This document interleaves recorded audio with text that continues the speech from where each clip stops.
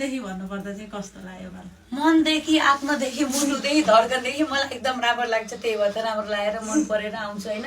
एकदम खुसी लाग्छ कि होइन, एकदम राम्रो तरिकाले गरिदिनुहुन्छ, एकदम चित्त बुझ्यो, यति राम्ररी बनाइदिनु भएको छ। यति तपाईँहरू पनि यस्तै राम्ररी हुन चाहनुहुन्छ भने कहाँ आउने अरे हामी?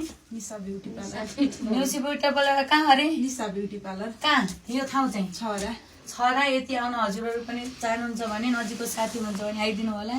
म चाहिँ यति राम्ररी बनाइदिनु भएको छ, त्यसको लागि धेरै धेरै धन्यवाद। हजुरलाई पनि धेरै धेरै धन्यवाद मलाई सम्झेर। म त धेरै खुसी छु। विगत 3 वर्षदेखि उहाँले चाहिँ मसँगबाट नै सर्भिस लिनुभएको छ। आजसम्म चाहिँ नराम्रो भयो भने चाहिँ उहाँले बनाउनु भएको छैन, भन्नुभएको छैन। सायद मैले राम्रो नै गरिदिएर होला। नराम्रो भएको भए त नराम्रो गरिदिनु, यस्तो राम्रै लागेर 3 वर्षदेखि मसँग नै सर्भिस लिइराख्नु भएको छ उहाँले। उहाँलाई धेरै धेरै धन्यवाद दिन चाहन्छु। हजुरलाई धेरै धन्यवाद। आगामी केही दिनमा पनि हजुरबाट यसरी नै सर्भिस लिन पाऊँ, धेरै खुसी लाग्छ। हस् त, धन्यवाद।